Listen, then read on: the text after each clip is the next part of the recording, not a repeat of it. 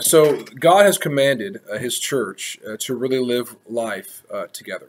He has given us many charges in the Scriptures.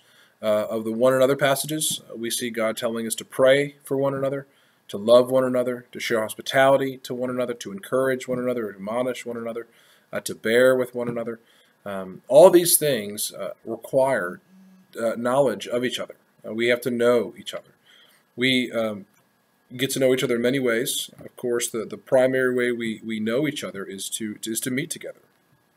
We meet Sunday morning, Sunday school, Sunday worship hour, Sunday evening, our evening service, and then, of course, our Wednesday night prayer and Bible study. Well, one of the things that I really have been praying about is how can we develop a greater relational connectivity with one another. We know that in our day that we may live and work in different places. We may go to church in Rock Hill and live in Fort Mill.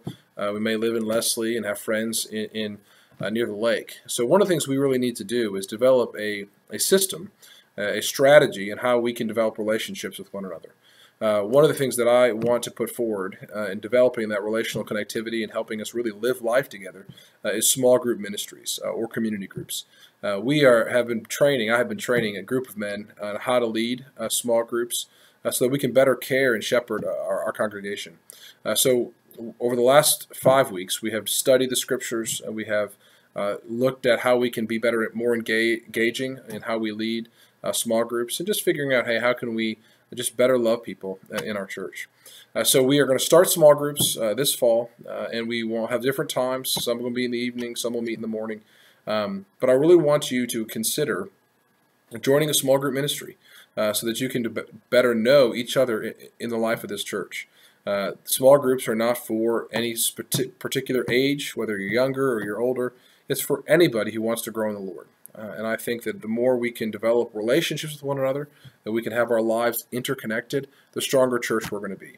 As you know, this fall, we really want to become an exemplary church.